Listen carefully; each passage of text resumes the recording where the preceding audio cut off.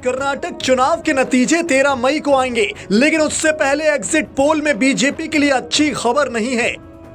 अगर exit poll सही साबित हुए तो बीजेपी के लिए एक बड़ा झटका होगा। दक्षिण का किला मजबूत करने में जुटी दुनिया की सबसे बड़ी पार्टी के लिए दक्षिण के सबसे बड़े राज्य की सत्ता गंवाना 2024 लोकसभा चुनाव से पहले सबसे बड़ी हार होगी। वो भी तब जब बीजेपी ने कर्नाटक चुनाव में कोई कोर कसर बाकी न रखी हो। प्रधानमंत्री की ताबड़तोड़ जनसभाएं और रोड शो हुए, केंद्र से दिग्गज नेताओं की कारपेट बॉम्बिंग हुई, आरक्षण और धर्म की सियासत हुई। ऐसे में भी अगर कर्नाटक बीजेपी के हाथ से निकल जाता है तो बीजेपी के लिए बड़ी चिंता की बात हो जाएगी। अब सवाल उठता है कि आखिर चुनाव प्रचार के दौरान कांग्रेस से बहुत आगे दिख रही बीजेपी अचानक एग्जिट पोल में पिछड़ कैसे गई?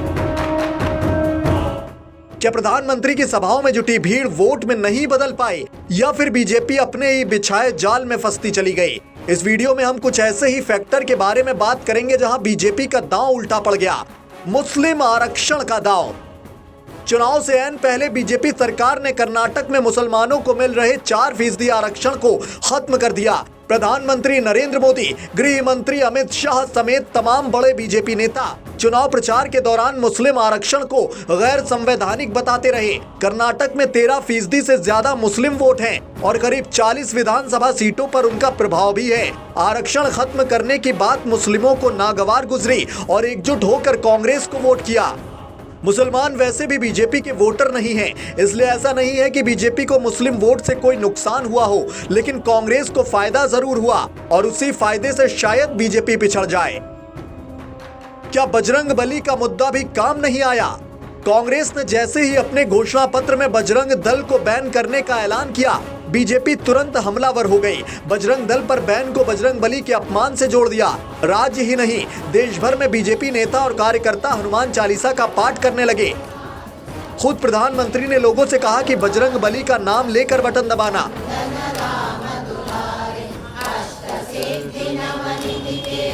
कांग्रेस ने भी हाथ से बाजी निकलता देखकर धर्म का पलटवार धर्म से कर दिया। कर्नाटक कांग्रेस के अध्यक्ष डीके शिवकुमार ने सत्ता में आने पर 5000 हनुमान मंदिर बनवाने का ऐलान कर दिया।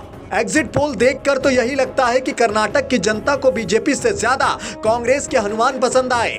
40% कमीशन वाली छवि ने खेल बिगाड़ दिया। 3.5 साल के कार्यकाल में कर्नाटक बीजेपी सरकार के खिलाफ जबरदस्त एंटी इनकम्बेंसी पैदा हो गई। बोम्मई सरकार की छवि कमीशन वाली सरकार के तौर पर बन गई। ऐसा कहा जाने लगा कि कोई भी काम हो बिना कमीशन के नहीं होता। कांग्रेस ने चुनाव प्रचार में इस मुद्दे को खूब भुनाया। राहुल, प्रियंका से लेकर तमाम कांग्रेसी नेताओं ने 40% कमीशन की सरकार वाली बात को जोर शोर से प्रचारित किया।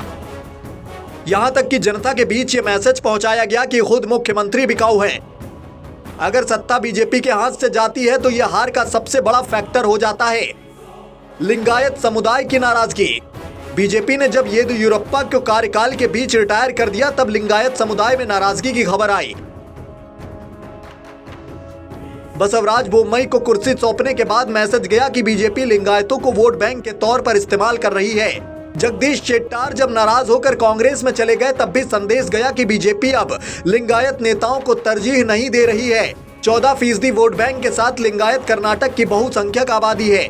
90 विधानसभा सीटों पर इनका दबदबा है। वोटिंग से पहले लिंगायत समुदाय के एक धड़े ने खुलकर कांग्रेस की बैटिंग की।